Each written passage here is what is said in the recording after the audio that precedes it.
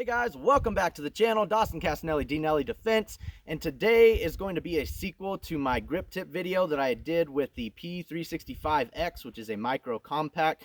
A lot of you guys were asking, what do you do with that active grip when there's a weapons light on there? So today I got another micro 9 out here, took the slide off of there so it is safe. I can move it around and really show you guys. I'll get in closer. What I was talking about with that active grip that I do is I put my front finger over the front of the trigger guard like so, and I pull with that finger, and then I put this palm here and raise this elbow up. And you can see when I raise it up, it really pushes the meat on my palm here into the frame of the gun.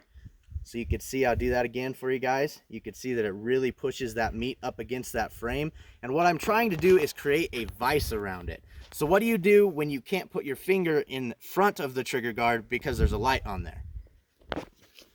So this gun here has a weapons light on there, and not much really changes with my grip, but rather than putting this pointer finger around the front of the trigger guard, I'm going to come up underneath like so, and I'm going to grip my fingers here on that trigger guard, and I'm going to pull into my hand over here this way, okay? And then I'm going to bring this hand into it, that nice high grip. I'm going to bring this palm into it, and then push out, and I'm going to raise this elbow up just a little bit. When I do that, you could see the meat on my palm on this side here really pushes into the frame of the gun, and that's going to allow you to mitigate that recoil just a little bit better. So again, we pull a little bit with these fingers here, and then we really push and vise into the top of the frame of the gun up here, getting as much meat as we can onto that frame to help us mitigate that recoil. All right, guys, now we're going to do a little bit of shooting here with both of these guns just to show you the differences in action. So on this one, this micro 9 that I don't have a weapons light on, I'm going to take this pointer finger here over the front of the trigger guard and pull it back into me. Go ahead and come around the other side. And then with this palm here, I'm going to put it up on the frame as high as you can get it on that frame.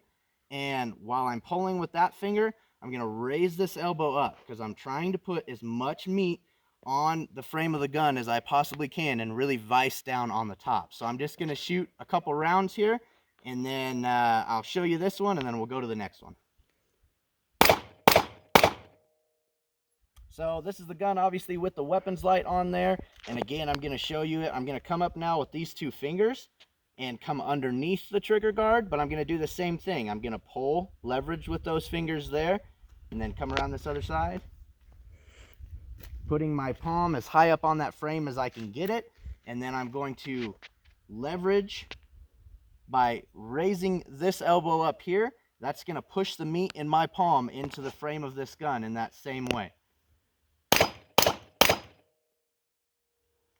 Alright guys, so that was just a short little video to show you some of the differences between what that grip is with a weapons light versus without a weapons light. Of course, the gun without a weapons light was a micro 9, a little bit smaller, and I do that over the front of the trigger guard so that I can just get as much meat around that tiny little gun as I can to get as much surface area on there.